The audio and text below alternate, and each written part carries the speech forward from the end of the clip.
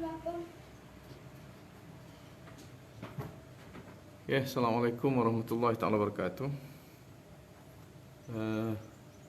Apa khabar semua sekali?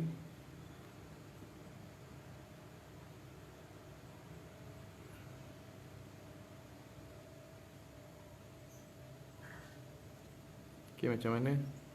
Suara saya macam mana, jelas ke tidak? Macam mana yang masuk harap bagi respon Bagi respon suara saya macam mana, jelas ke tidak? Suara saya macam mana, jelas ke tidak? Okey. Waalaikumsalam, Muhammad Najib. Alhamdulillah, jelas Ustaz, Alhamdulillah. Suhada Muhammad Nur what is watching, ahlan. Yusmani Zam, Ustaz Yus.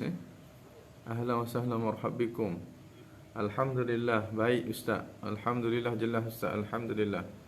Muhammad Najib, Waalaikumsalam, Alhamdulillah, jelas Ustaz. Azani, rinduku is watching, ahlan, ahlan wa sahlan. Fatin Adani Sahah, jelas Ustazna, Alhamdulillah. Okey. Muhammad Aqil Maqari, Aiman Jaslizam. Waalaikumsalam, jelas Ustaz. Muhammad Aqil Maqari, Fatihah Muhammad, jelas Ustaz. Okey, yang masuk harap bagi respon. Kemudian dalam waktu yang sama tolong share selalulah. Dalam waktu yang sama tolong share supaya kuliah kita ini dari segi manfaat dia menjadi semakin luas. Mudah-mudahan, amin ya rabbal alamin. Nur Tariqatun Najah is watching, ahlan. Mula daripada pembahagian sifat Ustaz minggu lepas, tersekat-sekat situ. InsyaAllah kita mengundur sikit kepada pembahagian sifat lagi, insyaAllah. Okey, Muhammad Aqil Maqari, jelas Ustaz. Okey, kita mulalah. Kita mula.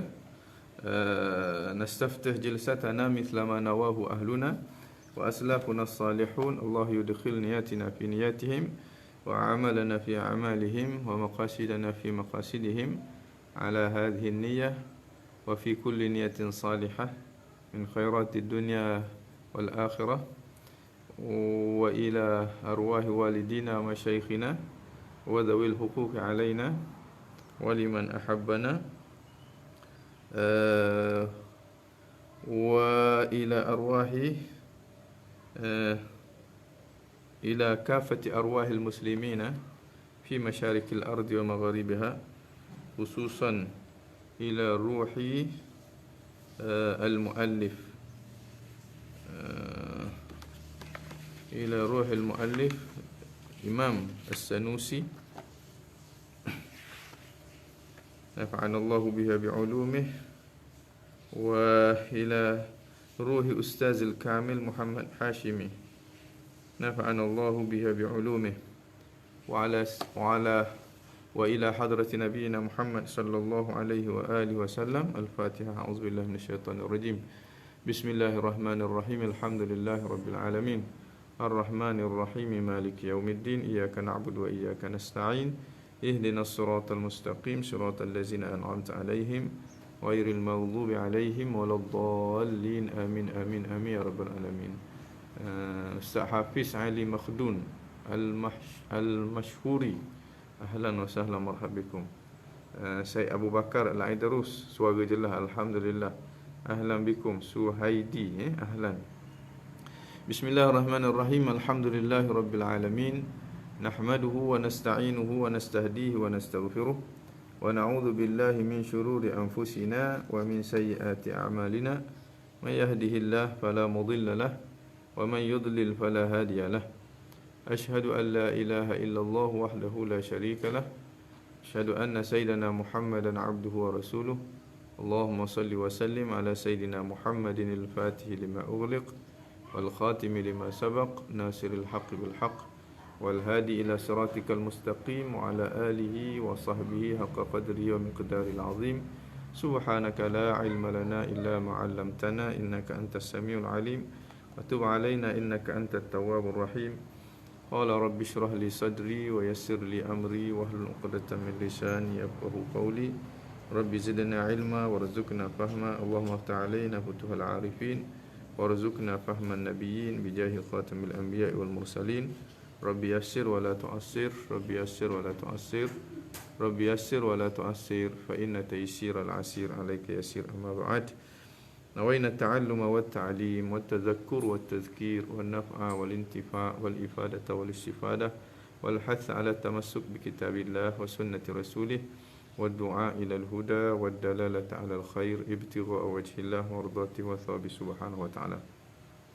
Alhamdulillah, syukur kehadrat Allah Subhanahu Wa Taala. Hari ini sekali lagi kita dapat meneruskan kuliah tafakuh kita, kuliah membaca kitab Al-Aqaid Ad-Durriyah Syarah Matan As-Sanusiyah. Alhamdulillah, kita dah sampai kepada halaman yang ke-35. Buku daripada naskah Arab, naskah Arab. Dari naskah Arab, Ta'liqat As-Saniyah, kita dah sampai kepada halaman 35. Manakala kalau naskah terjemahan pula, kita dah sampai kepada halaman 55. Ini sampai kepada halaman 55. 55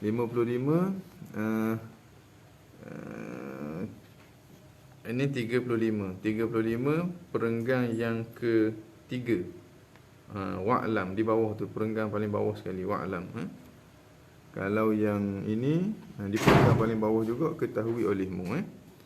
Tapi ada sahabat kita yang minta supaya diulang semula tentang pembahagian sifat tu, perenggan yang kedua tu, sifat nafsiyah. Jadi kita mula situlah. Kita mula dekat sifat nafsiyah kerana minggu lepas dikatakan suaranya tersekat-sekat. Ala kuliah kita ulang semula kepada perenggan yang kedua tu, sifatun nafsiyah. Kalau dalam naskah terjemahan, pada sifat-sifat ini terbahagi kepada 4 bahagian. Situ. Okey, sifatun nafsiyah.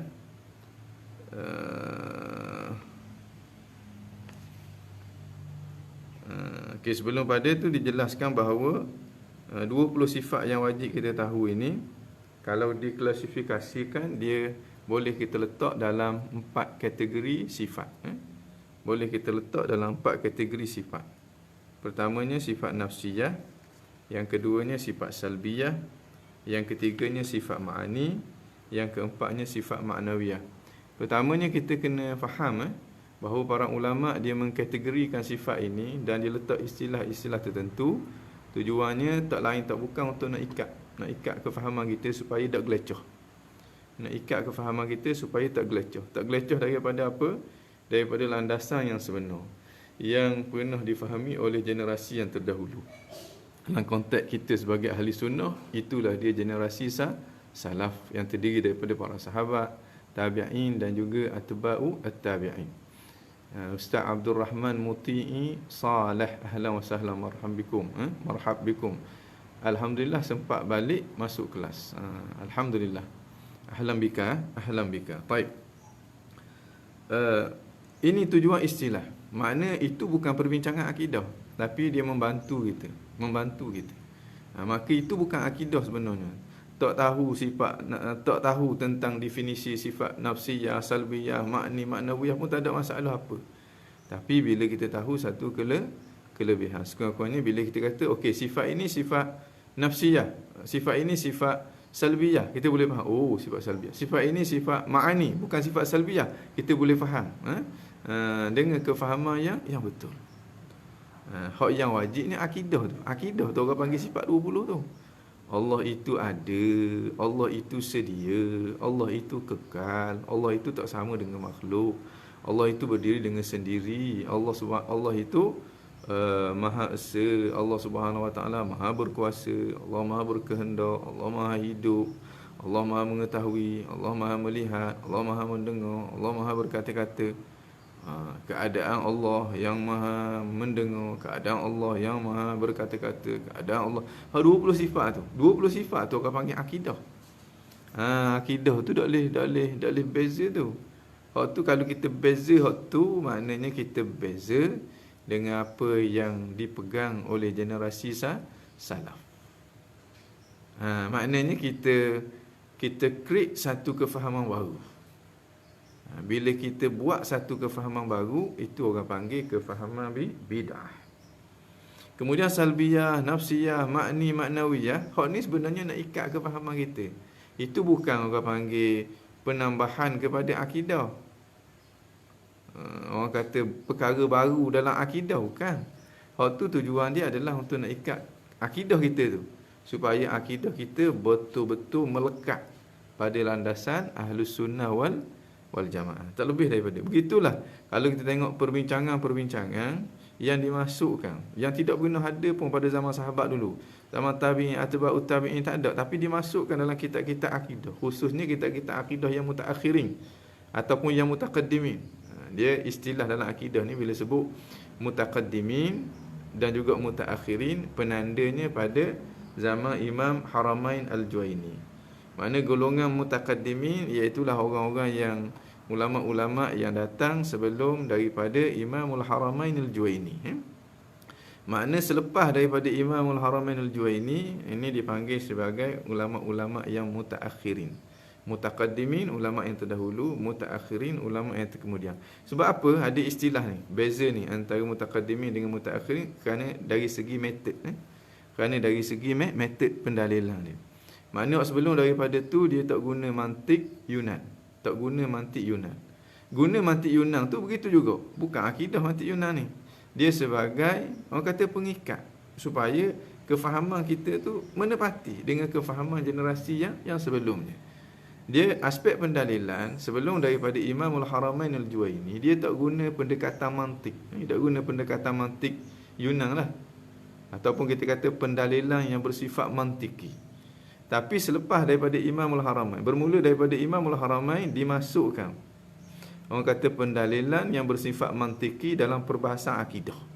Akidah sama, akidah tak beza. Masing-masing semua kata Tuhan tu tidak bertempat belaka. Sebelum daripada Imam Haramain, ahli sunnah kata Tuhan tak bertempat.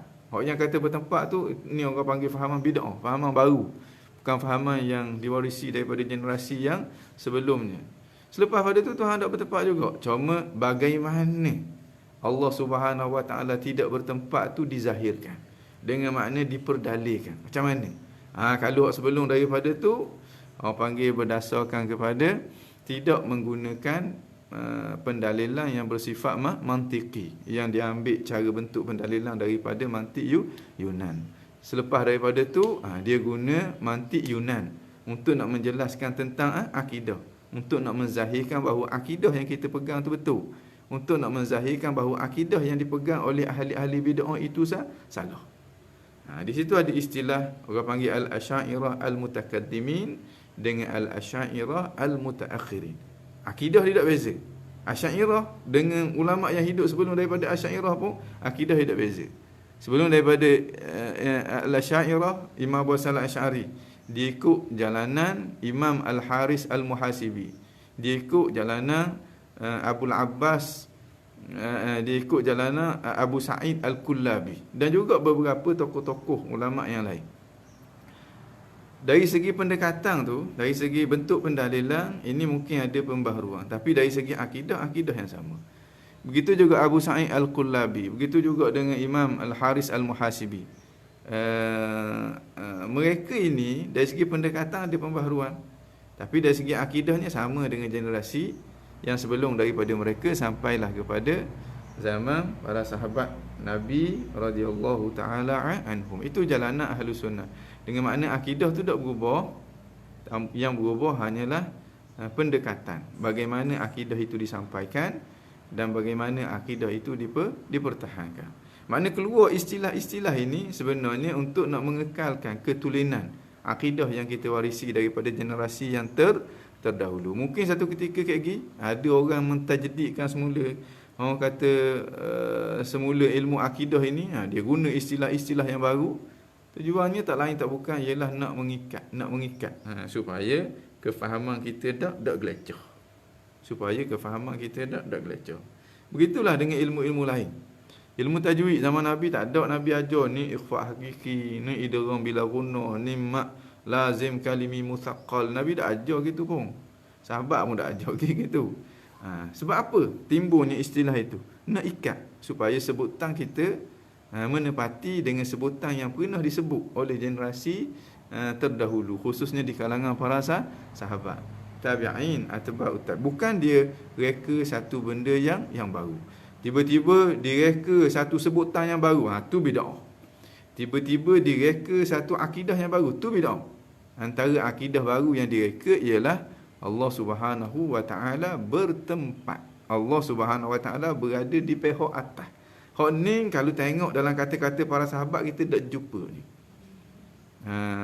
Hak ni kalau kita tengok kata-kata para sahabat kita tak jumpa. Kita akan jumpa pada individu-individu yang digelar oleh para ulama sebagai al-hashwiyah, ataupun individu-individu yang dikritik oleh ulama-ulama zaman dia dan diberi geloran musyabbihah ataupun hashwiyah. Seperti mana yang Imam Abu Hanifah kata, atana minal masyriq, datang kepada kami daripada pihak timur, ra'yan khabithan, dua fahaman yang buruk. Pertamanya Jaham mu'attil, Jaham yang mentaktilkan sifat-sifat Allah, wa maqatil musyabbih, dan maqatil yang mentashbihkan sifat-sifat Allah. Sebelum ada tu tak timbul benda tu. Tak timbul golongan yang kata Tuhan tu bertempat, untuk Tuhan tu beranggota. Bila timbul, maka bangkit ulama menjelaskan bahawa apa yang kamu bawa itu adalah suatu yang bid'ah, suatu yang lari daripada warisan kefahaman ataupun lari daripada gagasan pemikiran yang kita warisi daripada generasi yang terdahulu. Jadi itu fungsi kepada mustalahat. Fungsi kepada mustalahat dan fungsi kepada kaedah-kaedah yang disusun dalam sesuatu disiplin ilmu. Okey. Fasifatun nafsiyah, kita tahu dah bahawa sifat nafsiyah satu je daripada 20 sifat tu, satu je sifat nafsiyah, iaitu al-wujud. Wujud ada. Sebab apa? Fasifatun nafsiyah, maka sifat nafsiyah hiya ma yadullu al-wasfu biha ala nafsi zat, iaitulah sesuatu sini maknanya mana-mana sifat, yadullu al-wasfu biha, yang menunjuklah bersifat dengan dia, ala nafsi zat, pada diri zat. Makna bila kita sifatkan sesuatu dengan dia, dia akan dia akan menunjuk kepada diri zat, bukan kepada sifat yang sabit ataupun ada pada zat tersebut. Kita kata rumah itu ada. Rumah itu ada. Ada tu dia merujuk kepada apa? Automatik kita akan faham dia merujuk kepada rumah. Sekiranya kalau kita nafikan dia, kita kata rumah itu tidak ada, dengan rumah-rumah tu tak ada. Bukan sifat dia tak ada, rumah tu pun tak ada. Beza dengan kita kata rumah itu cantik. Lafaz cantik tu yang menjadi sifat kepada rumah tu. Rumah itu cantik. Cantik ini makna dia merujuk kepada sifat bagi rumah, bukan diri rumah tu. Jadi hak ni tidak dinamakan dengan sifat nafsiyah. Sifat nafsiyah sifat yang menunjuk kepada sesuatu itu, diri sesuatu itu. Kalau dinafikan, maka ternafilah diri sesuatu itu. Sifat nafsiyah banyak. Sifat nafsiyah ada beberapa sifat yang dikategorikan sebagai nafsiyah. Tapi sifat nafsiyah bagi Allah Subhanahu Wa Taala daripada 20 sifat ni saja, satu je sifat nafsiyah bagi Allah yang wajib kita kena tahu. Hak lain kita tak tahu. Apa dia? Allahu a'lam. Yang jelas sifat nafsiyah Allah tak sama dengan sifat nafsiyah manusia ataupun makhluk. Sifat nafsiyah bagi makhluk selain daripada ada bentuk dia.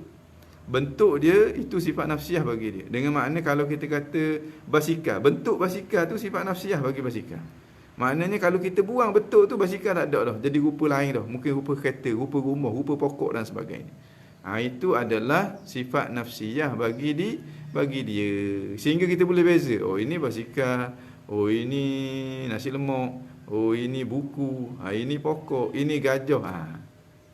Hak yang menunjuk kepada diri sesuatu, itulah yang dimaksudkan dengan sifat nafsiyah. Allah kita nak kata sifat nafsiyah Allah, rupa Allah. Allah tak berupa. Sebab Allah bukan jisim. Antara sifat nafsiyah Allah ialah bentuk Allah. Allah tidak berbentuk. Sebab Allah Subhanahu Wa Taala bukan jisim. Saja Tuhan khabar kepada kita sifat nafsiyah dia, iaitulah wujud. Kerana itu kita mengisbatkan satu saja sifat nafsiyah bagi Allah Subhanahu Wa Taala, iaitulah wujud. Kita kata buku ada dengan buku itu mahal.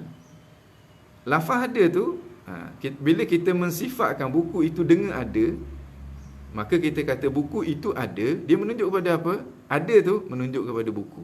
Maknanya kalau buang ada tu, dengan buku-buku tu tak ada. Berlainan dengan buku itu mahal. Kalau buku itu mahal, kataan mahal tu yang menjadi sifat kepada buku tu. Mahal tu dia rujuk kepada apa? Dia merujuk kepada salah satu daripada sifat buku. Kalau kita buang dia je tak ada. Buku masih lagi ada. Kita kata buku itu tidak mahal. Maknanya buku itu murah. Maknanya buku itu masih lagi ada, cuma sifat mahal je tak ada. Digantikan dengan sifat murah. Itulah kita nak faham tentang sifat salbiyah. Kemudian itu yang dimaksudkan dengan ma yadullu al-wasfu biha ala nafsi zat, iaitulah sesuatu sifat yang bersifat dengan dia menunjukkan kepada diri zat. Duna makna zaidin alaiha, tidak kepada makna yang zaid alaiha ala zat. Bukan kepada satu makna yang zaid pada zat. Dalam konteks makhluk, kita kata bukan pada satu makna yang menumpang pada zat tadi. Ini dalam konteks makhluk lah. Dalam konteks Allah kita boleh kata gitu. Dalam konteks makhluk, sebab makhluk tu jisim, jirim. Jadi sifat bagi dia tu makna menumpang pada dia. Okey. Maknanya bukan. Makna sini kena kepada sifat yang ada pada makhluk. Contoh kita kata apa, buku tu mahal. Mahal tu adalah sifat yang menumpang pada buku, sehingga kita kata buku itu mahal. Jadi hak gitu bukan sifat nafsiyah, bukan sifat nafsiyah. Wahyal wujud, sifat nafsiyah bagi Allah saja yang wajib kita tahu, yang wajib kita i'tikad. Hak lain Allahu a'lam, kita tak tahu. Kita tawakuf. Benda yang kita tak tahu, sebaik-baiknya kita tak tawakuf. Boleh jadi ada, boleh jadi tak ada, Allahu a'lam. Tapi hak wajib kita i'tiqadnya satu je, iaitulah ada. Wahyal wujudu, dan dia adalah ada. Okey. Itu sifat nafsiyah. Boleh faham? Yang keduanya wasifatus salbiyah, dan sifat salbiyah pula. Apa dia sifat salbiyah? Kita tahu dah sifat salbiyah ada 5 selepas daripada wujud, iaitulah qidam, baqa, mukhalafatu ta'ala al-hawadith, qiyamuhu bi nafsi, wahdaniyah. Ada 5. Baqa, qidam, baqa, mukhalafatuhu ta'ala al-hawadith, qiyamuhu bi nafsi, wahdaniyah. Ada 5 sifat salbiyah. Apa dia sifat salbiyah? Wahia, dia ma yakunu madluluha adaman, sesuatu yang adalah madlul dia. Madlul dia kita kata tunjukkan dia. Tunjukkan dia itulah makna dia. Perkataan dia menunjukkan kepada makna. Jadi makna itu sesuatu yang ditunjuk oleh perkataan. Makna itu dipanggil sebagai madlul atas sirah isim maf'ul. Ad-dal itu perkataan, lafaz. Lafaz dal, makna madlul. Makna sifat nafsiyah ini adalah sesuatu yang adalah madlul dia tu tak ada. Madlul dia tu tak ada. Tak ada sesuatu. Tak ada sesuatu. Cuba kita tengok sifat qidam. Qidam makna apa? Madlul dia apa? Madlul dia sedia. Sedia makna apa? Sedia maknanya tidak ada awal. Maknanya tidak ada sesuatu. Makna ternafinya sesuatu. Sesuatu itu adalah perkara-perkara yang tidak layak dengan kebesaran Allah Subhanahu Wa Taala. Qidam, sedia. Ish makna sedia? Maknanya tidak ada awal. Ada awal sesuatu yang tidak layak dengan kebesaran Allah Subhanahu Wa Taala. Dinafikan daripada sifat qidam.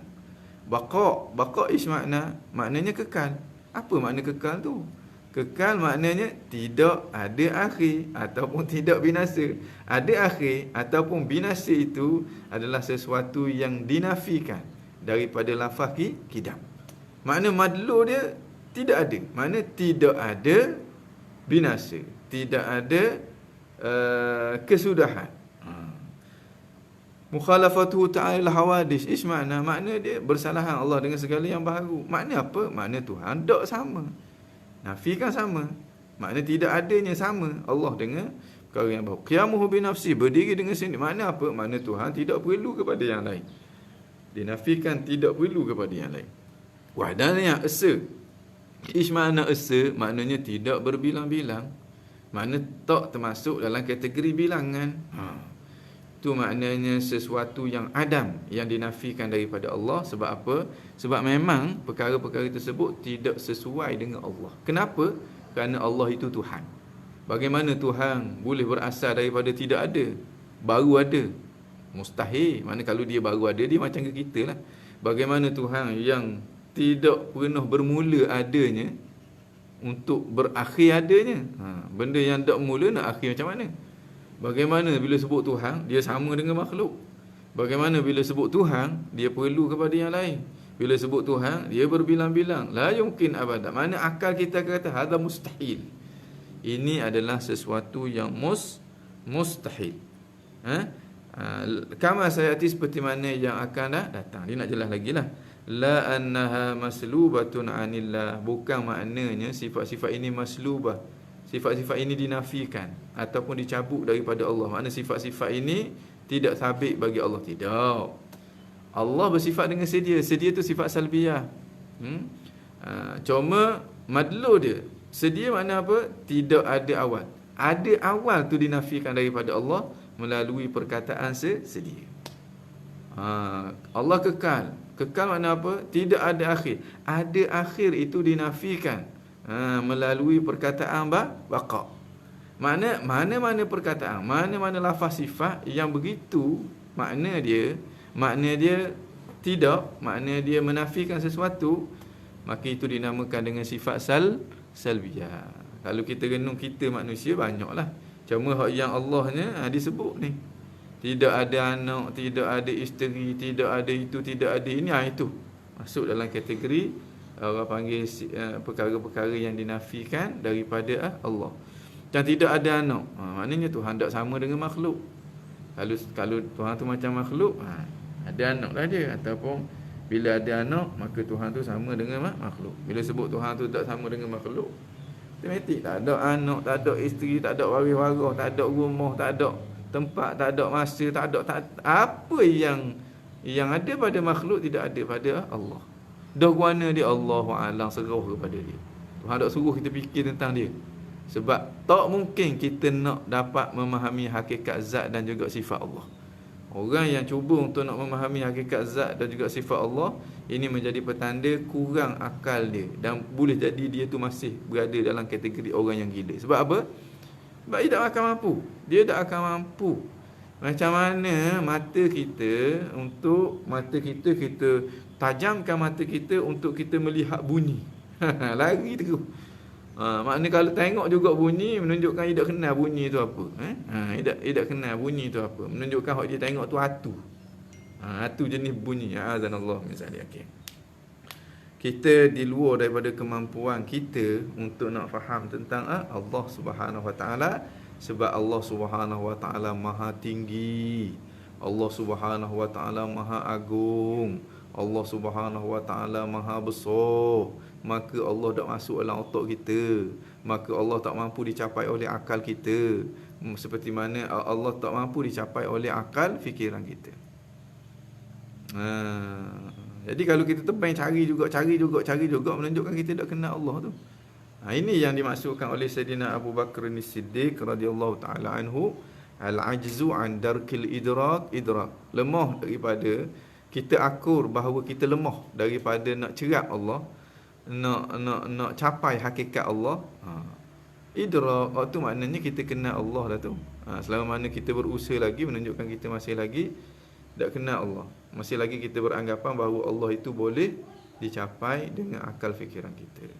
Imam Al-Haramain Al-Juwaini kata,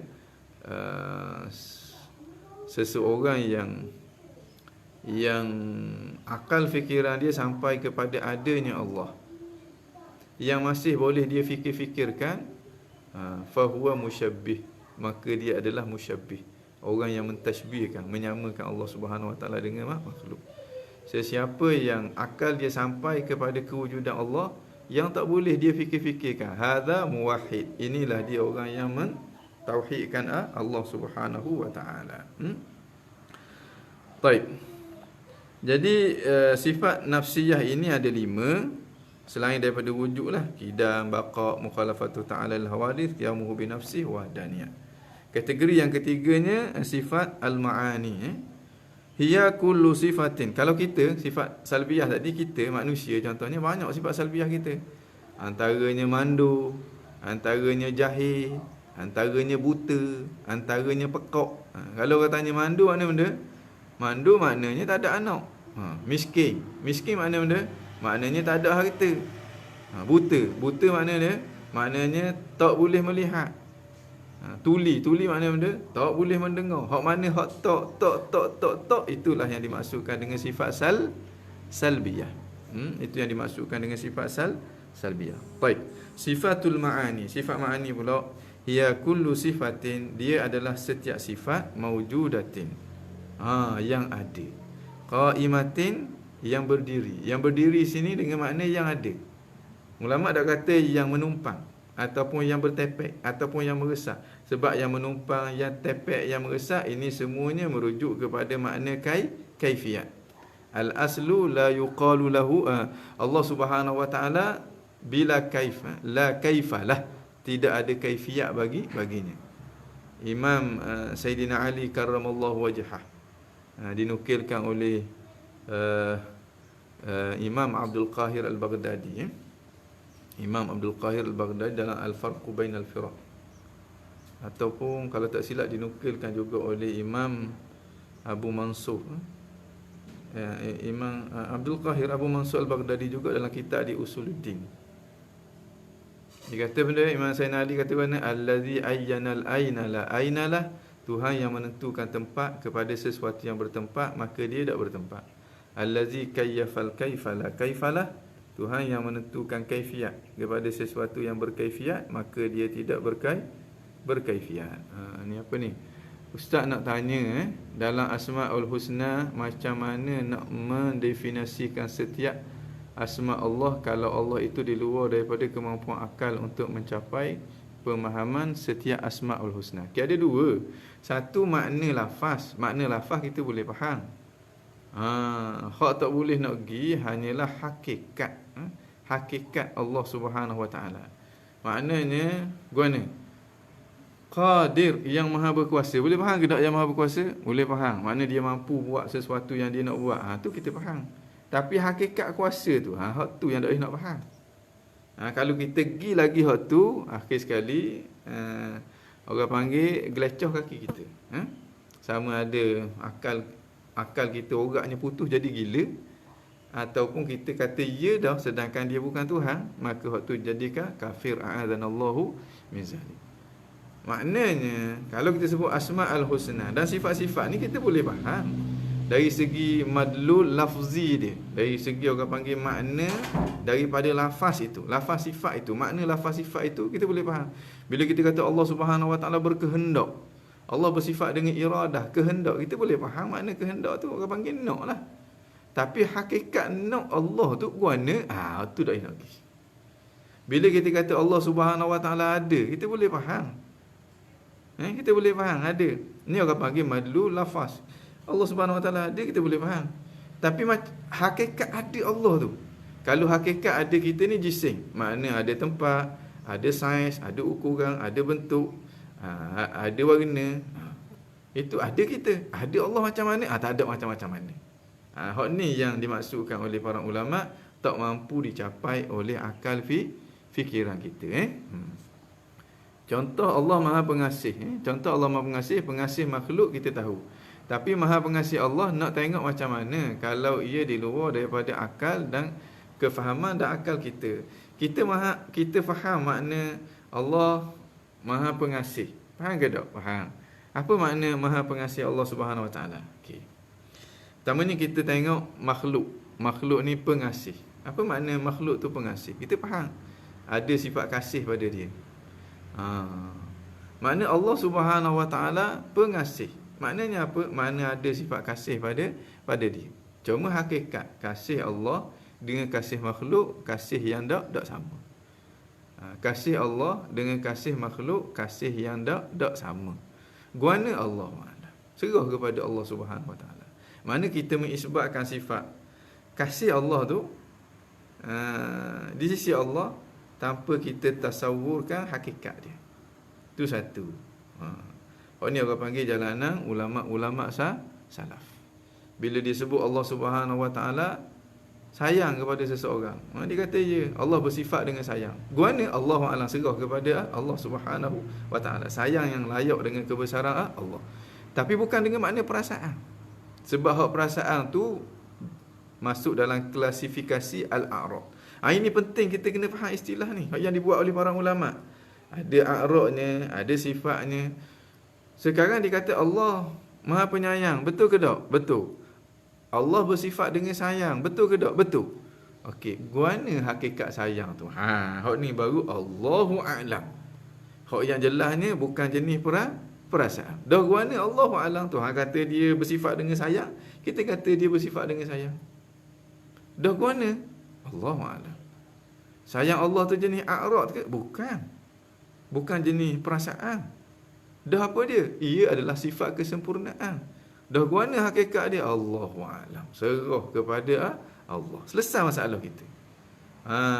Tapi bila banyaknya fahaman-fahaman yang baru timbul, menyebabkan setengah daripada umat Islam ini dia mula rasa ragu-ragu. Apa benda sebenarnya? Masih tanya benda.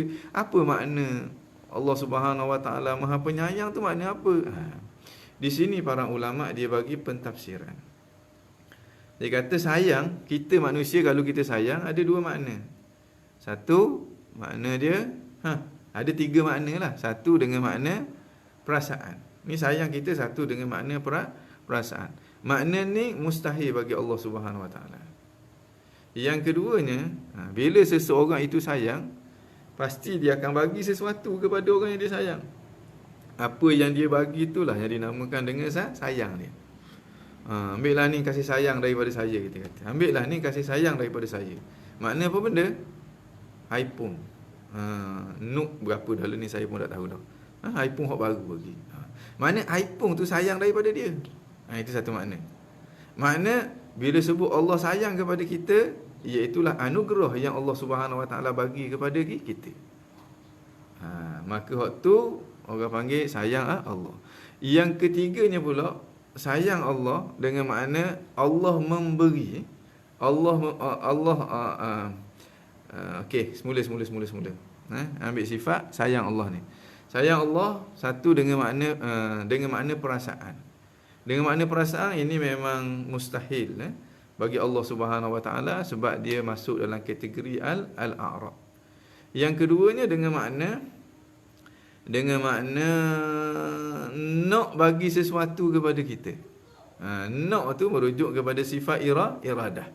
Dengan makna sayang Allah adalah iradat Allah, tapi iradat yang khusus, iaitulah iradat nak bagi sesuatu yang baik kepada kita. Okey. Hak yang ketiganya maksud sayang Allah, Allah bagi sungguh-hati. Hak ni merujuk kepada perbuatan Allah Subhanahu Wa Ta'ala. Jadi Allah nak bagi sesuatu yang baik kepada kita, ini bukan mustahil. Sebab ini merujuk kepada sifat iradat. Sifat iradat tu adalah sifat kesempurnaan bagi Allah Subhanahu Wa Ta'ala. Dan tak mungkin kita nak gambar-gambarkan dengan akal fikiran kita. Tak mungkin. Okay. Jadi boleh jadi ini yang Tuhan maksudkan apabila Tuhan kata dia Maha Penyayang. Dan boleh jadi juga yang Tuhan maksudkan apabila dia kata dia Maha Penyayang dengan makna dia beri sungguh-hati apa benda yang dia nak bagi kepada orang yang dia kasih. Ini cara pentafsiran orang panggil golongan khalaf, golongan yang ke belakang. Sebab apa? Sebab banyak sangat syubhat yang ditimbulkan. Dan jiwa orang yang terkemudian ini berbeza dengan jiwa generasi salaf. Generasi salaf bila gitu dia faham molek lalu dah. Sebab apa? Pertamanya kalau dia ada masalah apa-apa, dia akan refer direct kepada Nabi. Hak yang ngajar dia Nabi. Dengan makna Nabi telah menyediakan kefahaman dia yang orang kata Nabi telah menyediakan bekas untuk nak memahami itu dengan bekas yang sempurna. Makna bila sebut laisa kamislihi syai', dia boleh relate belaka dah kepada apa-apa yang dicerita dalam Al-Quran itu. Yang keduanya dari segi kemahiran berbahasa yang ada pada mereka. Kemahiran berbahasa Arab. Jadi benda tu dak timbul masalah di zaman mereka. Macam kita orang Terengganu. Bila orang tanya apa, orang tanya orang mai kabur kepada kita rumah sebelah ajak tahlil malam ni. Ada masalah tak bagi kita? Tak ada masalah. Sebab kita boleh faham bahasa Terengganu dengan zauq Terengganuwiyah al-asilah. Zauq at-Terengganuwi al-asil. Jiran kita mari, ustaz, rumah sebelah ajak ustaz ratik malam ni. Saya kata insya-Allah lah. Tengoklah kalau betul lah saya balik awal kan saya pergi. Tak ada masalah apa pun. Kita tak pernah timbul pun rumah sebelah tu makna dia apa? Makna orang hok sewa rumah sebelah ke? Makna tuan rumah sebelah ke? Makna orang yang duduk di rumah sebelah ke? Makna mokcik hok sedang jahit di dapur rumah sebelah ke? Kita dah pernah timbul pun. Rumah sebelah ajak. Yang pentingnya bila sampai waktu isyak kita pergi untuk nak tahlil tu. Sebab kita tahu dah rumah sebelah ajak. Tapi bila aspek bahasa itu menurun, ini timbul masalah. Orang keling nak faham bahasa Melayu. Kemudian dia buat bijak dia pula. Contohnya. Rumah sebelah ajak makan. Dia kata, mana boleh rumah sebelah, rumah tu bangunan. Bangunan ajak makan ke mana? Tak boleh. Ini bukan bangunan. Bukan bangunan. Tapi yang ajak rumah sebelah tu tuan rumah. Ini timbul persoalan selalu. Soalannya macam mana?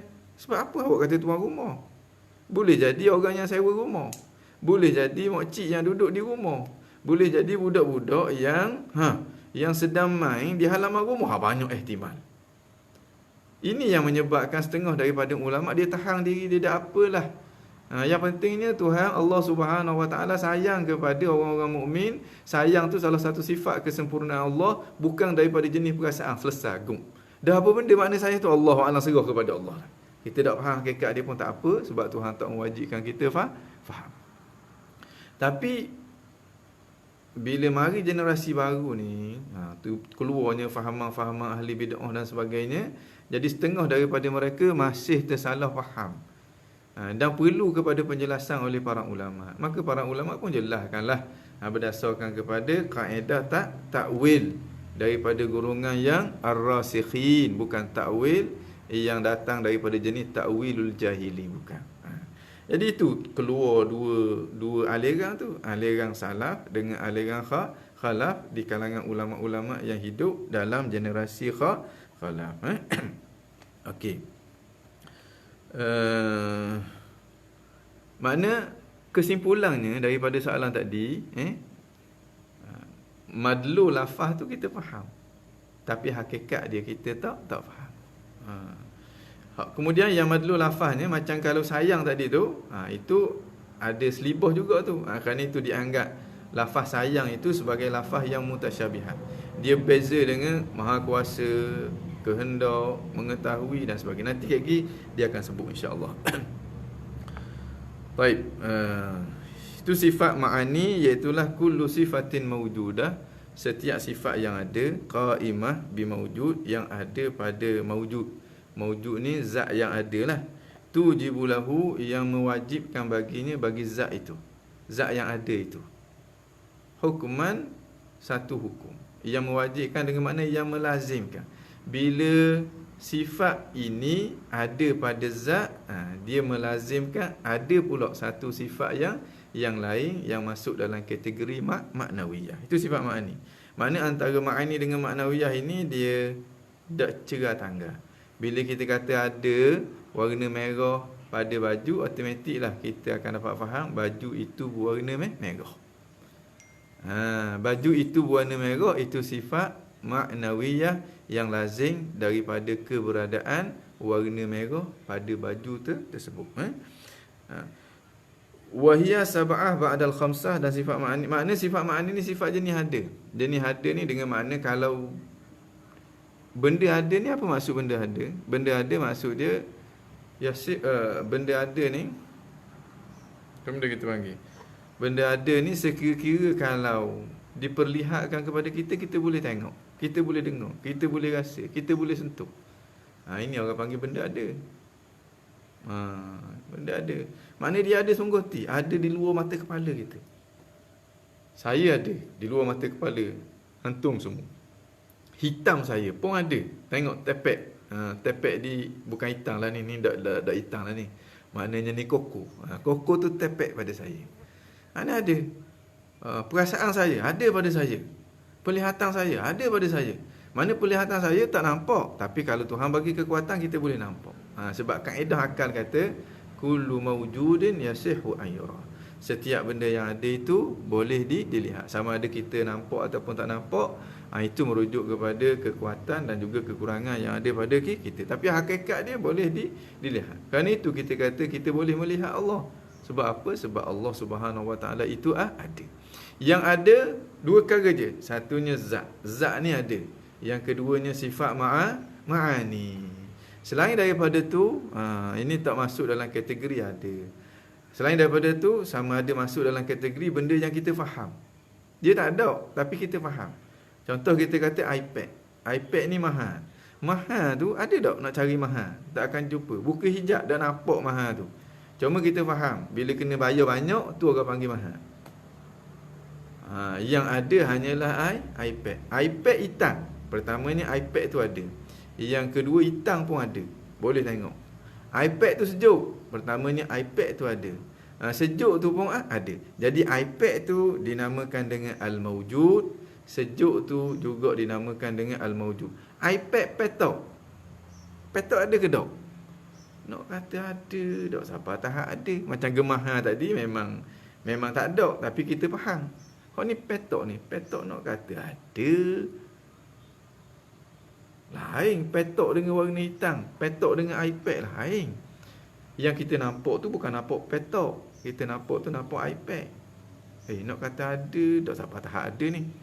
Nak kata tak ada. Tak siapa tahap tak ada ni. Nak kata semata-mata faham. Tak semata-mata faham. Ini yang dinamakan dengan ahwal. Jadi sesuatu itu, mengikut pandangan para ulama ni, ada 4 kategori. Satunya maujud. Maujud ni makna ada sungguh ti, ada di luar mata ke kepala. Ada sungguh ti, ada di luar mata ke kepala. Kita nampak tak nampak, itu kelemahan dan juga kekuatan yang ada pada kita. Hak yang keduanya makdum. Makdum ni memang tak ada. Memang tak ada. Cuba tengok di sebelah saya ni anak lembu. Nampak ke tak anak lembu? Tu pun kata, tak nampak ustaz.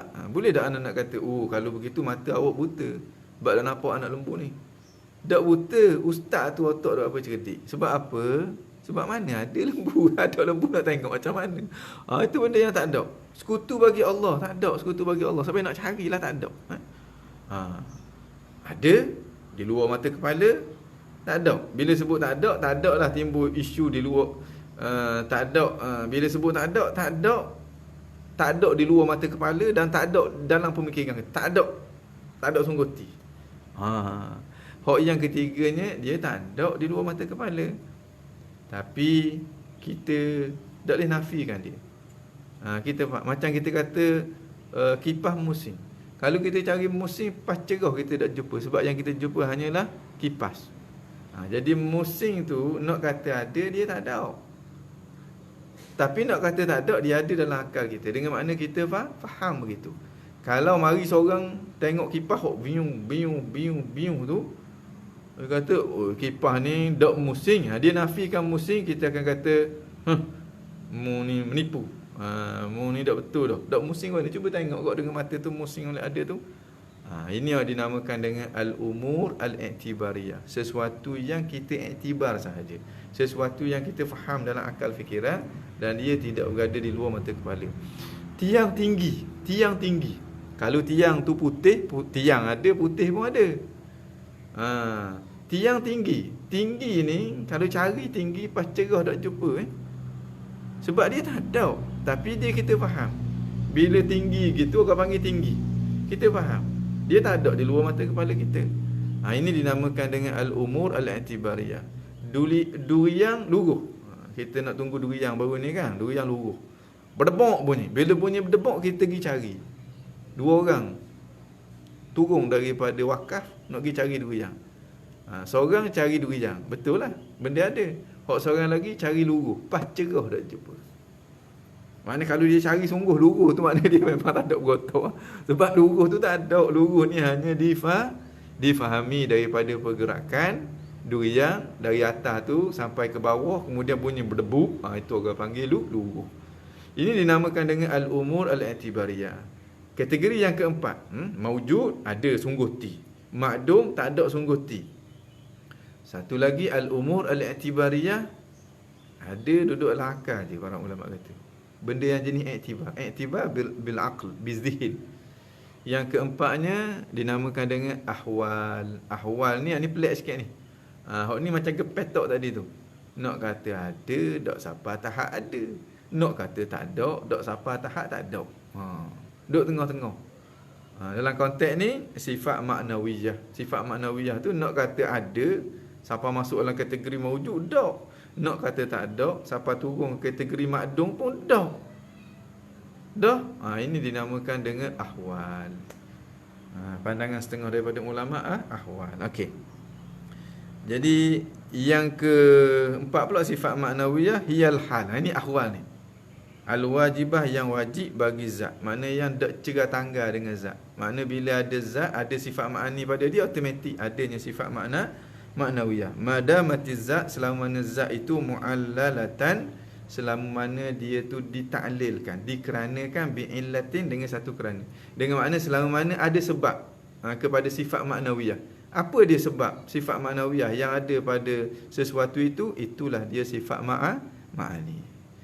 Sifat maknawiyah itu sebab sabitnya sifat ma'ani itu sebab sabitnya sifat maknawiyah. Mana bila kita kata ada warna merah pada baju, warna merah tu itu illah, itu orang panggil sebab kepada adanya sifat ma'ani. Bila ada warna merah pada baju tu, automatik kita akan faham keadaan dia yang warna merah. Keadaan dia yang warna merah itu lain daripada warna merah. Tapi dia melazimi akan adanya warna merah. Ini yang dimasukkan dengan selama mana zat itu mu'allalatan dikeranakan dengan satu kerana di situ, itulah dia sifat ma'ani. Maknanya bila ada sifat kudrat pada sesuatu, automatik ada satu sifat baru pula yang namanya sifat ma'ani, iaitulah keadaan dia yang berkuasa. Keadaan dia berkuasa dengan adanya sifat kuasa ini saling melazimi antara satu sama lain. Dari segi masa tak ada awal, tak ada dahulu, tak ada kemudian. Tapi dari segi sebutan, kita sebut sifat ma'ani dulu, kemudian diikuti dengan sifat maknawiyah. Okey, boleh faham apa beza sungguh dengan maujud? Sungguh ni sesuatu yang tak boleh kita nak nafikan. Orang panggil sungguh ni, kalau ulama-ulama tani, dia terjemahkan sungguh ini kepada lafaz sabit, sabit. Ni kalau ulama-ulama tani lah. Maknanya nafa'anallahu bihim. Mudah-mudahan Allah bagi manfaat kepada kita dengan mereka ni. Sebab banyak benda-benda yang kita kusuk dalam ilmu akidah, khususnya berkenaan dengan mustalahat ini. Kalau kita dengar ulama tani ngajar, maknanya otak kita akan terbuka. Jadi kita boleh faham. Jadi sungguh dengan ada. Kalau hak sungguh ni orang panggil sabit. Ada maujud. Hubungan antara sungguh dengan ada, kita panggil umum, khusus, mutlak. Dengan makna setiap yang ada mesti sabit. Dan setiap yang sabit tak semestinya ada. Contoh kita kata hitam pada kipas, itu ada. Bila ada, automatik dia sabit. Dengan makna tak boleh kita kata kipas tu tidak ada hitam. Jadi orang panggil menipu dah pula. Makna sabit ni sesuatu yang sungguh, sesuatu yang tak boleh kita nak nafikan. Kalau kita nafikan jadi dusta. Kemudian ini orang panggil sabit lagi ada. Kemudian musing. Musing tu hanya sabit sahaja tapi tidak ada. Okey. Okey. Macam ini berkenaan dengan maujud, dengan sabit dengan maujud. Macam diri kita amrun i'tibari lah kan ustaz. Diri kita tak, diri kita maujud. Diri kita ni ada. Tu zat kita tu ada kan, boleh tengok, boleh stop. Itu mawjud, bukan amrun i'tibari. Tapi tinggi kita. Tinggi kita tu kita faham daripada diri kita. Nak dibandingkan dengan orang lain jadi tinggi. Tinggi tu orang panggil amrun i'tibari, sesuatu yang kita faham. Sebab kita ada tapi duduk di mana diri kita tak tahu. Hak ni masuk perbahasan tasawuf pula ni. Dalam konteks akidah ni, bila sebut diri kita, kena kepada jasad kita lah. Kena kepada jasad kita. Jasad kita itulah diri kita. Okey, kalau tunjuk pada badan, maka itu jasad. Tunjuk tangan, maka itu adalah tangan. Jadi kita tak tahu duduk di mana. Ini zaman kecil-kecil dulu, orang tua-tua je tanya, awak mana? Kita pun tunjuk sini. Ni pipi dia tu. Ni ada sini, ni dada. Okey, sebenarnya bila sebut diri kita dalam konteks perbincangan ilmu akidah ni, maksud dia itulah dia jasad kita lah, badan kita. Tu diri kita. Sekalipun kalau dengan istilah yang sebenarnya, bila sebut diri kita, dia merujuk kepada ruh kita. Allazi kana fil badan, sesuatu yang sakinal badan, yang mendiami tubuh ini. Itu diri kita yang sebenar. Itu perbahasan lain lah tu. Itu perbahasan lain. Ke salah cara saya faham? Tak. Maknanya bila sebut diri kita, kena kepada jasad kita. Tu diri kita, tu zat kita. Itu ada. Diri kita ada. Kemudian kalau kita kata diri kita merujuk kepada ruh, ruh pun jenis yang mawjud, jenis yang ada. Dah kita tak nampak, itu kelemahan kita. Kalau Tuhan buka hijab, kita boleh tengok ruh kita. Bentuk dia ada ke tak? Wallahu a'lam, ada ke tak? Tapi boleh tengok lah. Dan diri ni, sifat yang ada pada dia, itu dinamakan dengan al-a'rad. Ini kalau jisim lah. Ruh kita juga jisim, seperti mana jasad kita juga jisim. Jasad kita jisim yang kathif, jisim yang orang kata kasar, yang boleh kita sentuh, boleh kita pegang. Manakala ruh kita pula jisim juga, dia ada bentuk juga, dia ada bentuk juga. Jisim juga, tapi jisim yang latif, jisim yang latif dengan makna jisim yang lembut. Okey. Faham? Jelas, alhamdulillah. Okey, kalau ada soalan boleh tanya selalu. Mana yang boleh saya jawab, saya jawab. Tapi janganlah soalan nak ngetes saya. Soalan untuk nak cari maklumat. Soalan untuk kita berkongsi. Jangan pula tanya nak teratas ustaz sekali. Guna gitu mungkin tak ada kuranglah dari segi manfaatnya, tak ada. Jadi tanya, pastikan benda yang kita tak tahu sungguh, baru kita tanya. Sebab jangan tanya soalan untuk nak ngetes, sebab saya tak reti, saya bukanlah orang reti sangat. Kalau tanya soalan nak ngetes, maknanya saya akan gagal lah. Akan gagal. Mungkin boleh 45% je.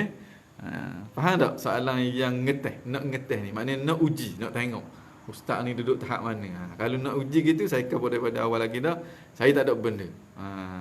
Ma'andi syait, tak ada benda. Ini sekadar perkongsian, tak lebih daripada itu. Terima kasih ustaz, sebab saya nak faham, berakhlaklah dengan akhlak Allah. Ini ada satu khulasah dalam kitab Maqsad al-Asna fi Ma'rifati Asma'il Husna, dijelaskan oleh Imam Al-Ghazali apa makna berakhlak dengan akhlak Allah.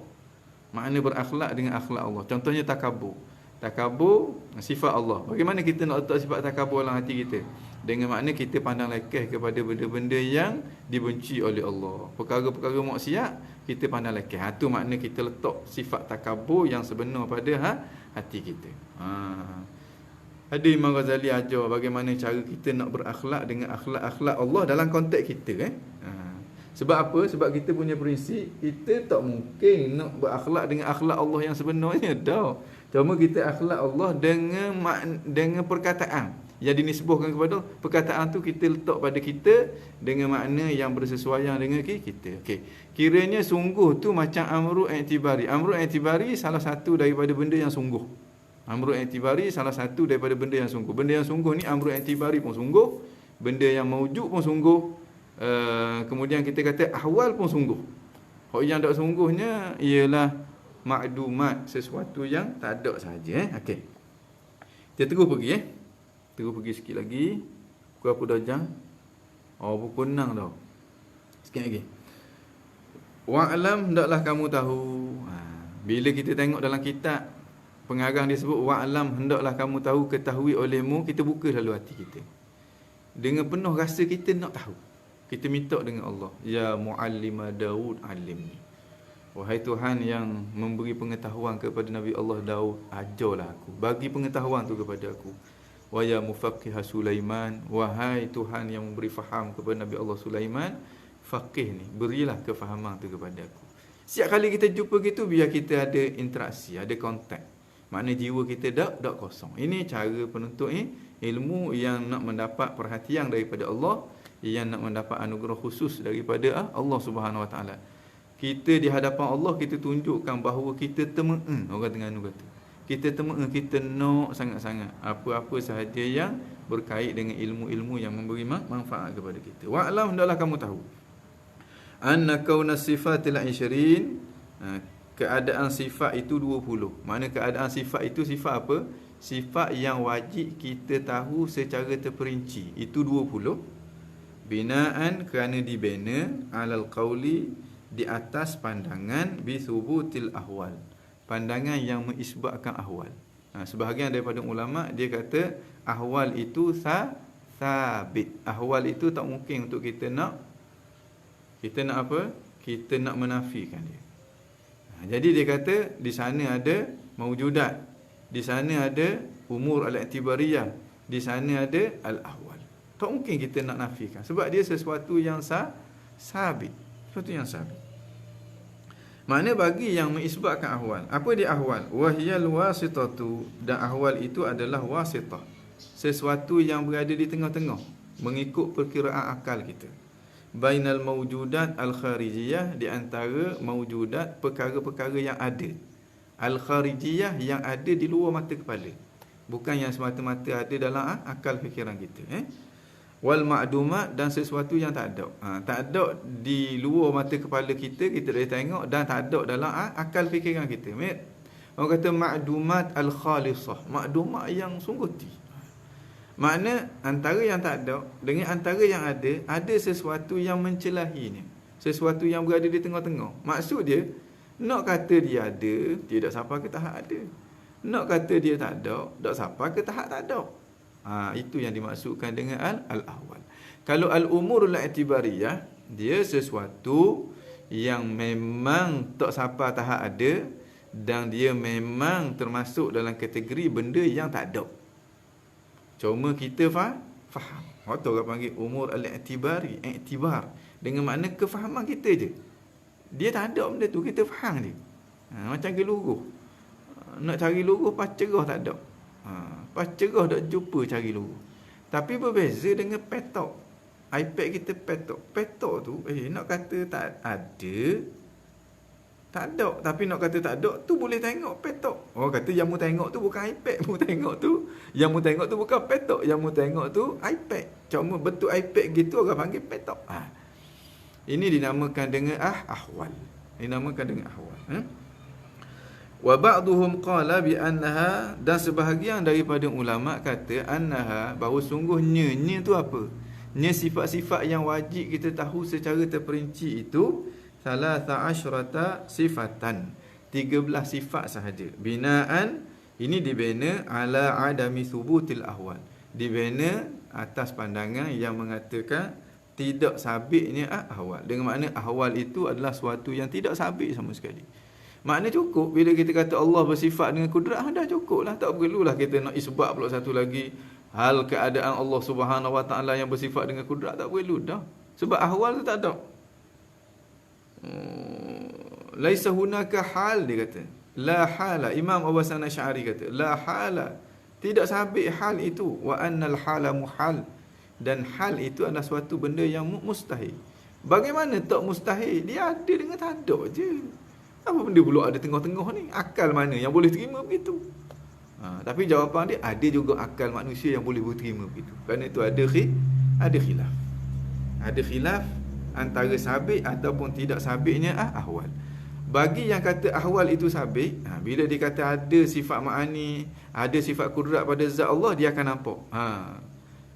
Sabit juga satu hal keadaan Allah yang bersifat dengan sifat kudrat.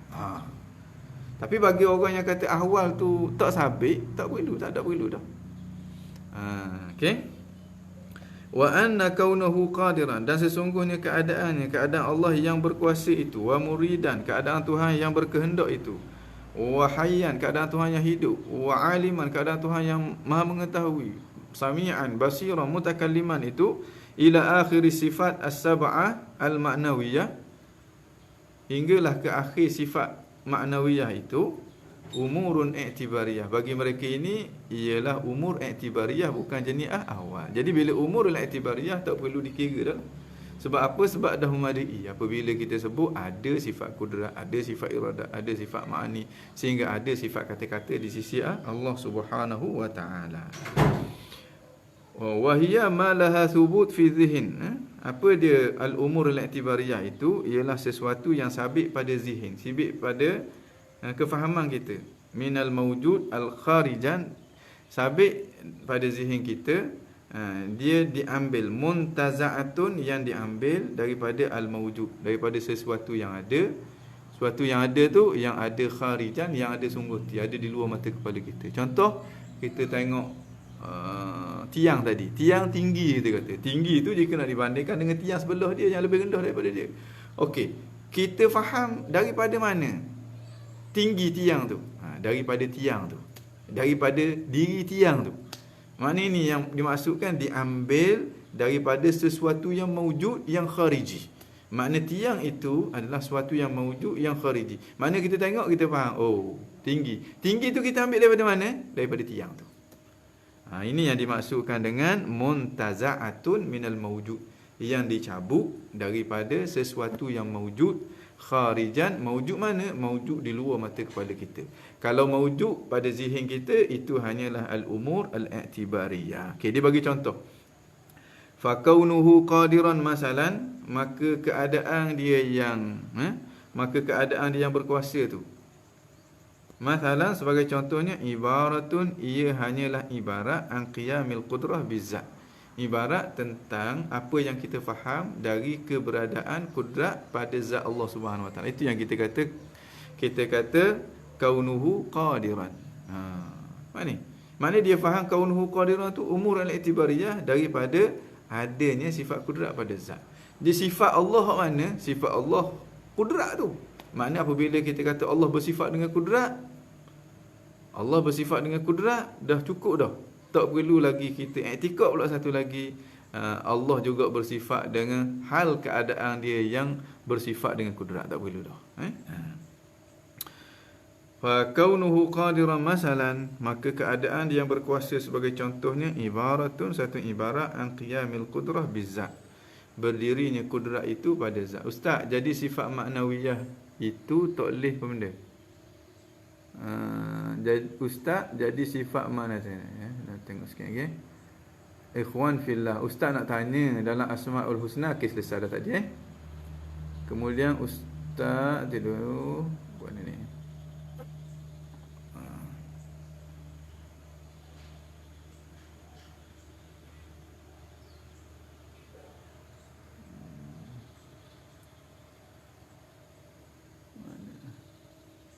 Terima kasih ustaz sebab saya nak faham. Okey, apa beza sungguh dengan mawjud? Dah jawab dah tadi. Terima kasih ustaz sebab saya nak faham. Okey, beza mana?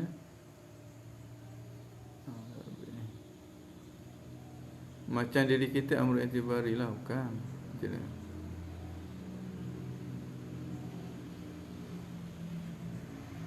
Ustaz, jadi sifat maknawiyah itu tak boleh kita kata dia amrul i'tibari ke? Jadi sifat maknawiyah ni ada dua pandangan ulama lah. Satu, dia kata ahwal. Bila dia sebut ahwal, maka wajib kita kena mengisbatkan sifat maknawiyah itu sebagai sifat yang wajib bagi Allah secara terperinci.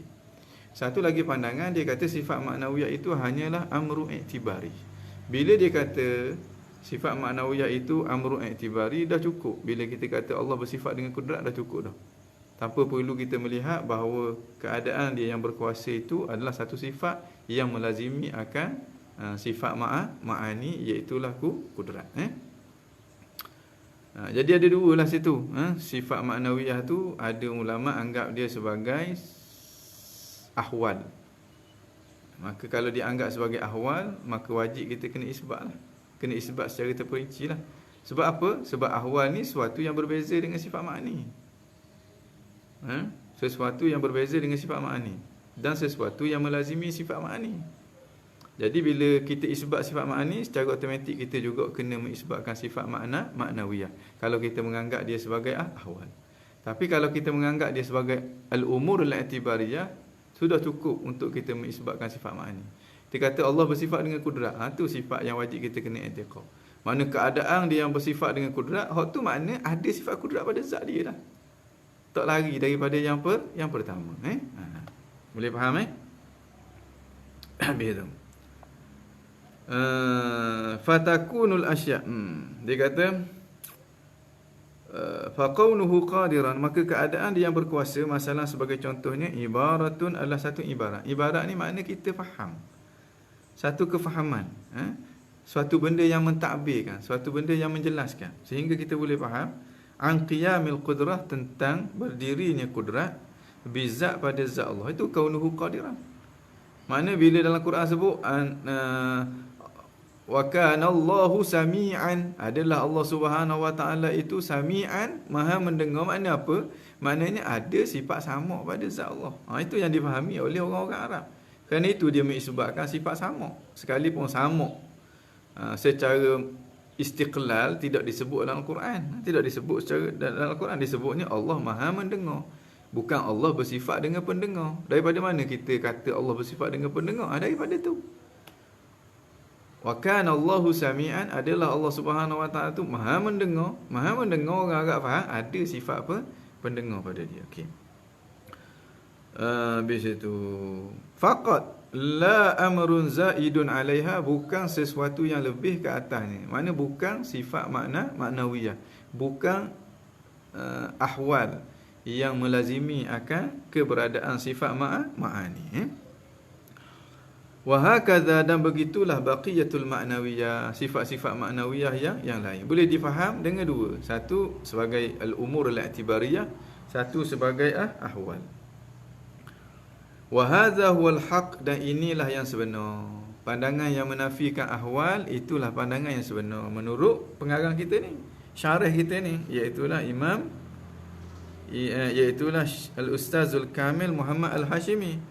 Tapi mengikut Imam As-Sanusi, hak yang sebenarnya subutul ahwal. Ahwal tu sesuatu benda yang sabit. Ini berdasarkan kepada sudut pandang masing-masing, dengan ilmu pengetahuan masing-masing. Dengan ilmu pengetahuan masing-masing, kefahaman masing-masing, dia mengeluarkan pandangan. Setengah ulama kata al-ahwal itu sesuatu yang sabit. Setengah ulama kata al-ahwal itu sesuatu yang muhal. Hak mana sehak betul? Betul sungguh kita tak tahu. Kerana itu kita tak boleh ta'assub dalam masalah khilafiyah. Kita tak tahu. Bila kita boleh tahu? Di hadapan Allah bila-bila.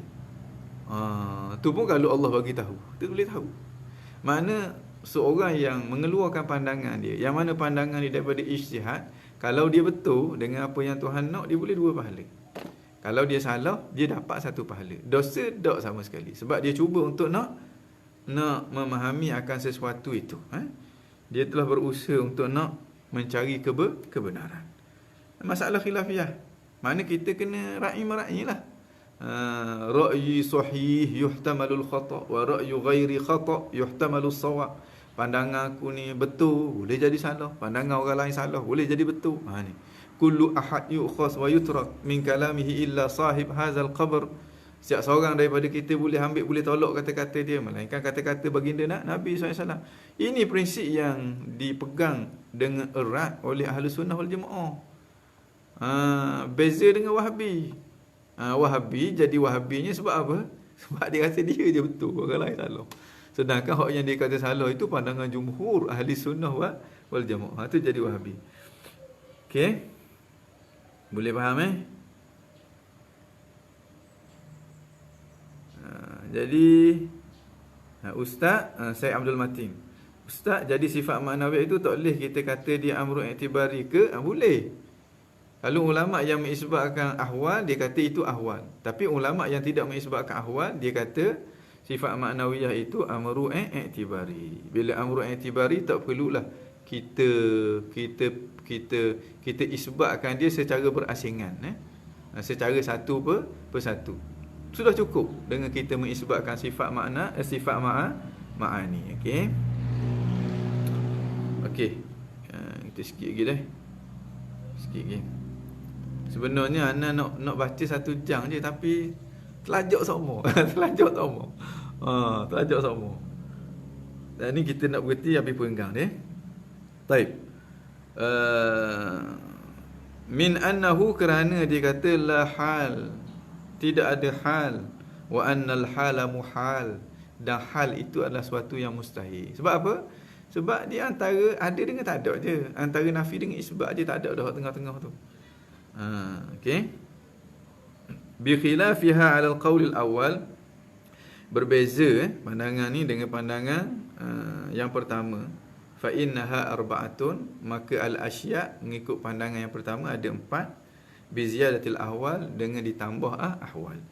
Pertamanya ada maujudat, yang keduanya ada ma'dumat, yang ketiganya ada al-umur al-i'tibariyah, yang keempatnya ada ahwal. Ini pandangan yang kedua. Pandangan yang pertama yang dibawa oleh Imam As-Sanusi dan juga ulama-ulama lain. Dan kebanyakan ulama di alam Melayu kita di bawah ni. Di bawah adanya ahwal. Adanya ahwal itu berbeza dengan pandangan Imam Abu Hasan Asy'ari sendiri. Dah kita kata, "Oi, beza lah. Pandangan kita hak ni dari bukan akidah ni. Hak ni tak ada masalah, beza. Ini bukan akidah. Ini bukan akidah. Ini penjelasan tentang kategori sesuatu sifat. Makna semuanya i'tikad bahawa Allah Subhanahu Wa Taala tu Maha melihat. Cuma pentafsiran tentang Maha melihat Allah tu ada dua. Satu, dia kata Allah Maha melihat tu umur al-i'tibariyah, daripada kewujudan sifat pelihat pada zat Allah Subhanahu Wa Taala. Satu lagi kata bukan. Itu ahwal, satu sifat yang lazim dengan adanya sifat ma'ani. Bila ada sifat pelihat pada zat Allah, automatik ada pula satu sifat baru yang namanya keadaan dia yang melihat. Makna dia tidak menafikan kenyataan itu, tidak menafikan akidah itu. Cuma dia menafikan itu duduk dalam kategori al-ahwal ataupun al-umur i'tibariyah sahaja. Okey, wa ma'na nafyul ahwal, dan makna menafikan ahwal, nafyu ziyadatiha 'ala al-ma'ani, iaitu menafikan lebih dia atas sifat ma'ani. Dengan makna dia lebih, dia ni makna lebih di atas sifat ma'ani, makna dia ni bukan sesuatu yang kita faham daripada keberadaan sifat ma'ani pada zat Allah. Tapi dia adalah satu sifat yang mustaqillah. Satu kategori sifat yang lain daripada kategori sifat ma'ani. Maknanya kita kata wa nafyul ahwal, dan golongan yang menafikan ahwal, dia kata la hal wa annal hala muhal, itu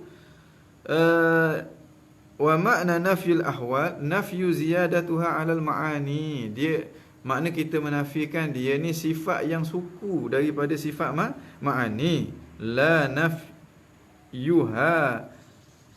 nafyuha nafsuha. Bukan kita menafikan diri dia tu.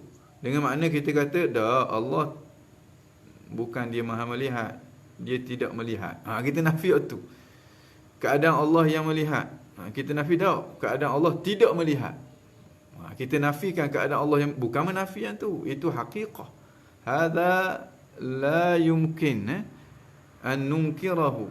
Tak mungkin untuk kita mengingkari. Kalau engkar tu jadi kafir, azan Allah misal. Hak ni perbahasan dari sudut sifat ma'nawiyah tu, kategori hal ke ataupun umur i'tibariyah. Hal itu ada ataupun tidak ada. Tapi keadaan Tuhan yang Maha melihat, itu tak dinafikan sama sekali. Keadaan Tuhan bi isbati adadadiha, dengan cara mengisbatkan lawan dia.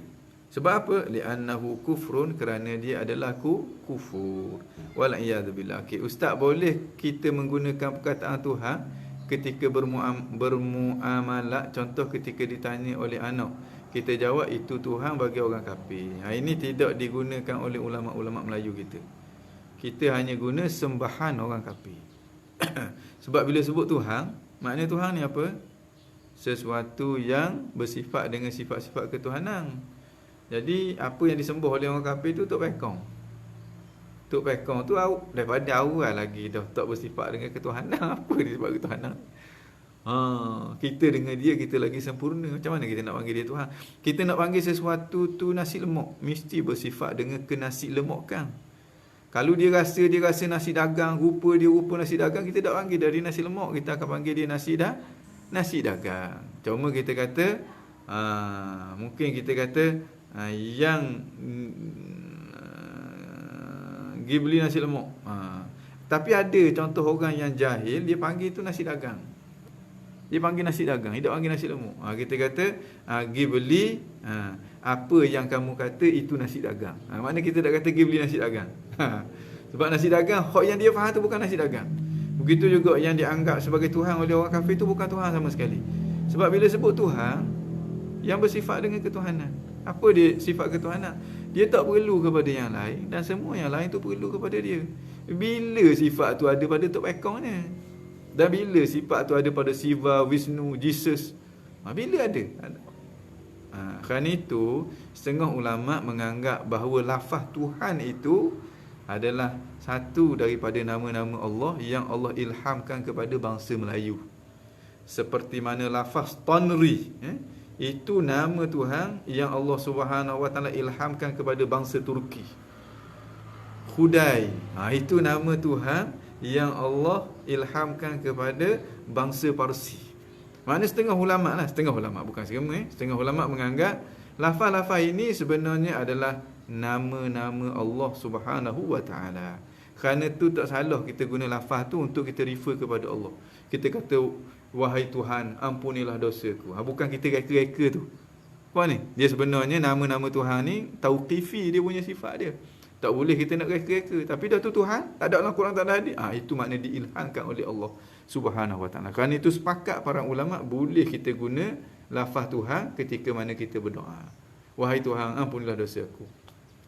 Kalau kita faham situ, kita fahamlah apa yang terdapat dalam batu bersurat Negeri Terengganu.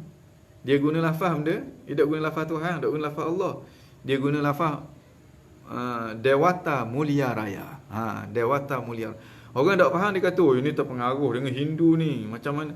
Terpengaruh apa lagi dengan Hindu? Orang boleh laksana, orang kata kerajaan Islam dah tu. Makna bila ada batu bersurat tu apa? Dia dokumen menunjukkan Negeri Terengganu dilaksanakan undang-undang Islam. Bila undang-undang Islam dilaksanakan, menunjukkan masalah akidah tak ada masalah dah. Menunjukkan orang situ memang faham molek dah dengan ni kita sekarang ni. Islam kita masih lagi tak boleh nak buat undang-undang Islam. Tapi dulu Terengganu buat menunjukkan pada waktu tu dari segi orang kata kefahaman akidahnya cukup mantap. Apa yang ditulis tu tak bercanggah sikit pun dengan agama Islam. Tak bercanggah sikit pun dengan agama Islam. Tak ada sikit pun pengaruh orang Hindu dan sebagainya. Kerana apa? Kerana pada waktu tu lafaz Tuhan tu dipanggil Dewata. Bila sebut Dewata maknanya Tuhan dia ni. Jadi bolehlah orang zaman tu panggil Dewata Mulia Raya dengan makna yang maha agung. Tuhan yang maha agung. Macam ke orang Turki sebut Tanri. Tanri dia sebut. Mana Tanri tu dipanggil Tuhan. Orang putih dipanggil God. God dengan makna dia panggil Tuhan. Begitu juga orang Terengganu zaman dulu dia panggil Dewata. Sebab itulah bahasa yang digunakan. Tapi bila berubah dia jadi itu Tuang. Mula-mula jadi Tuang dulu. Tuang tu merujuk kepada Tuhan. Kemudian berubah pula jadi itu Tuhan. Dan sekarang ni kita pakai lafaz tu Tuhan. Tuang kita tak pakai dah ni. Kalau pakai Tuang tak jadi kepada Allah dah, kepada yang lain dah pula. Boleh panggil Tuang juga.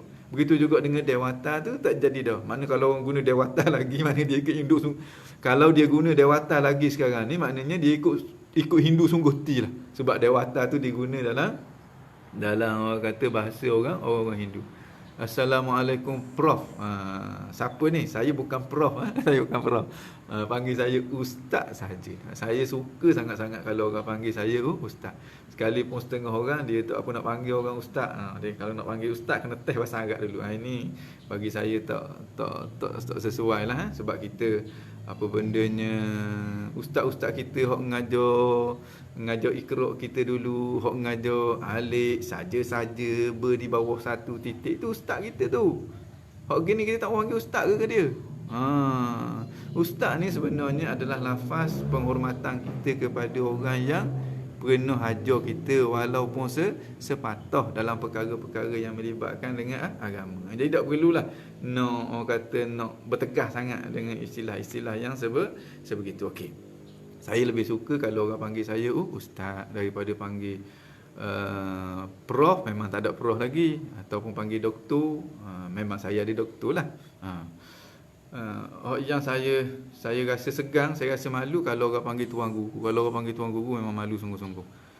Jadi harap-harap jangan panggil lah tuan guru. Jangan panggil tuan guru. Jangan panggil tuan guru sebab saya memang bukan tok guru pun.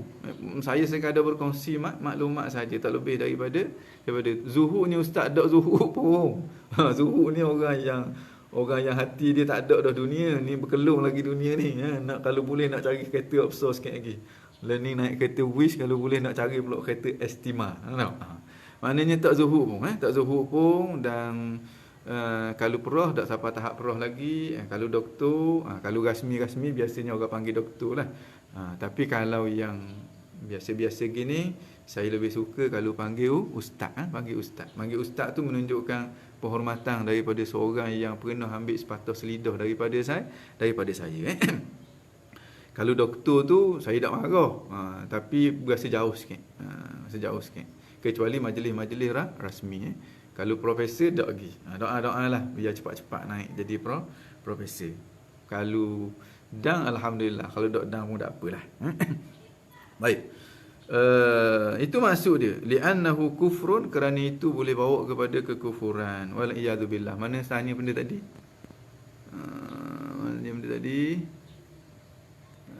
Kat mana tadi? Okey. Ustaz, boleh kita menggunakan perkataan Tuhan ketika bermuamalah, contohnya ketika ditanya oleh anak? Elok kan?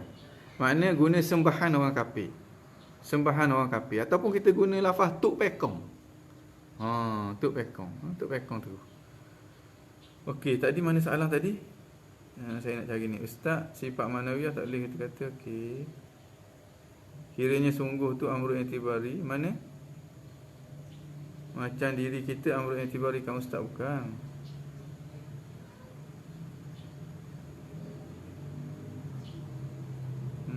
Baik ustaz, okey. Mana soalan tadi?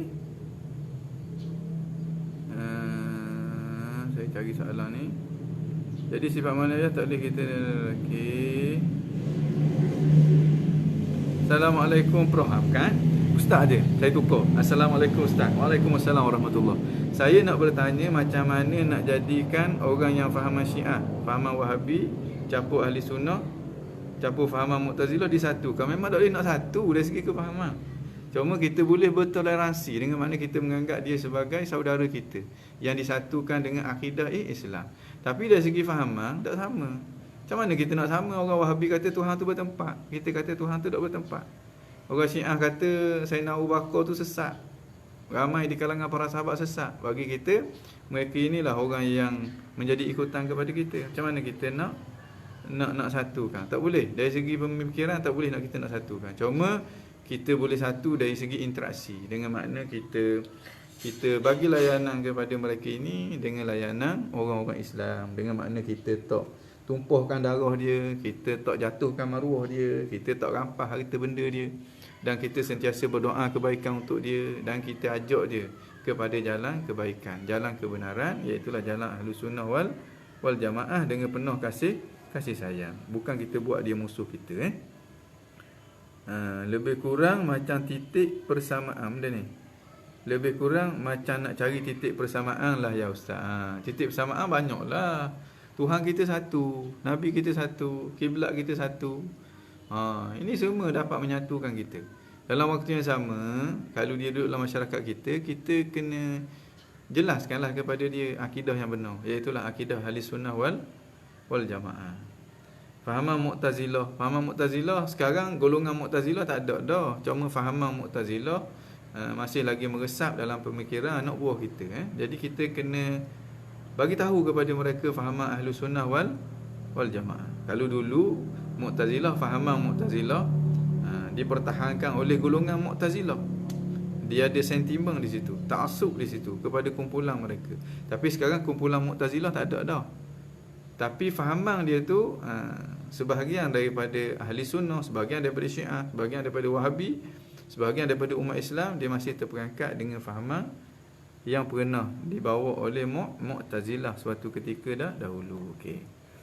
Oh, 6.30 dah. Jadi kita berhentilah setakat tu dulu untuk hari ni. 1.5 jam juga kita. InsyaAllah minggu depan sekali lagi saya akan cuba sejam je lah. Cuba sejam.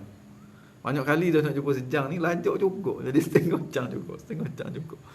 طيب إن الله وملائكته يصلون على النبي يا أيها الذين آمنوا صلوا عليه وسلموا تسليما اللهم صل على سيدنا محمد النبي الأمي وعلى آله وصحبه وسلم اللهم صل على سيدنا محمد النبي الأمي وعلى آله وصحبه وسلم اللهم صل على سيدنا محمد النبي الأمي وعلى آله وصحبه وسلم ربنا انفعنا بما علمتنا رب علمنا الذي ينفعنا رب فقهنا وفقه أهلنا وقربة لنا في ديننا مع أهل قطر أنثى وذكر رب وفقنا ووفقهم لما ترتضي قولا وفعلا كرما وارزق الكل حلالا دائما وأخل أتقياء علما نهضى بالخير ونكفى كل شر ربنا واصلح لنا كل شؤون وأقر بالرضا منك العيون واقض عنا ربنا كل الديون قبل أن تأتينا رسل المنون واغفر واستر أنت أكرم من ستر وصلاة الله تغشى المصطفى من إلى الحق دعانا والوفاء بكتاب فيه للناس شفاء وعلى الآل الكرام شرفاء وعلى الصحب المصابه الغرر اللهم اهدنا بهداك واجعلنا ممن يسارع في رضاك ولا تولنا وليا سواك ولا تجعلنا ممن خالف أمرك وعصاك وحسبنا الله ونعم الوكيل ولا حول ولا قوة إلا بالله العلي العظيم يا ربنا اعترفنا بأننا اقترفنا وأننا أسرفنا على لظى أشرفنا فتب علينا توبة تغسل لكل حوبة واستر لنا العورات وآمن الروعات واغفر لوالدينا ربي ومولودينا والآل والإخوان وسائر الخلان وكل ذي محبة أو جيرة أو صحبة والمسلمين أجمع آمين ربي اسمع فضلا وجودا منا لا باكتساب منا بالمصطفى الرسول نهضى بكل سولي بالمصطفى الرسول نهضى بكل سولي بالمصطفى الرسول نهضى بكل سولي صلى وسلم ربي عليه عد الحب وآله والصحب عداد طش السحب فالحمد للإله في البدء والتناهي سبحان ربك رب العزة عما يصفون وسلام على المرسلين والحمد لله رب العالمين في كل لحظة أبدا عدد خلقه ورضا نفسه وزينة عرشه ومداد كلماته الفاتحة بنية القبول وتمام كل سؤل ومأمول وصلاح شأن ظاهرا وباطنا في الدين والدنيا والآخرة دافعة لكل شر جالبة لكل خير لنا ولوالدنا وعلى نية أن الله ينور قلوبنا وقوالبنا مع الهدى والتقوى والعفاف والغنى والموت على دين الإسلام والإيمان بلا محنة ولا امتحان بحق سيد ولد عدنان وعلى كل نية صالحة وإلى حضرة نبينا محمد صلى الله عليه وآله وسلم الفاتحة. أعوذ بالله من الشيطان الرجيم. بسم الله الرحمن الرحيم. الحمد لله رب العالمين الرحمن الرحيم مالك يوم الدين إياك نعبد وإياك نستعين اهدنا الصراط المستقيم صراط الذين أنعمت عليهم غير المغضوب عليهم ولا الضالين آمين آمين آمين يا رب العالمين. تقبل الله منكم. Setakat ni perjumpaan kita pada hari ini, mudah-mudahan ada manfaat, dan insya-Allah kita akan jumpa lagi di hari dan masa yang sama di minggu akan datang. Aqulu qawli hadza wa astaghfirullah. Wassalamualaikum warahmatullahi taala wabarakatuh.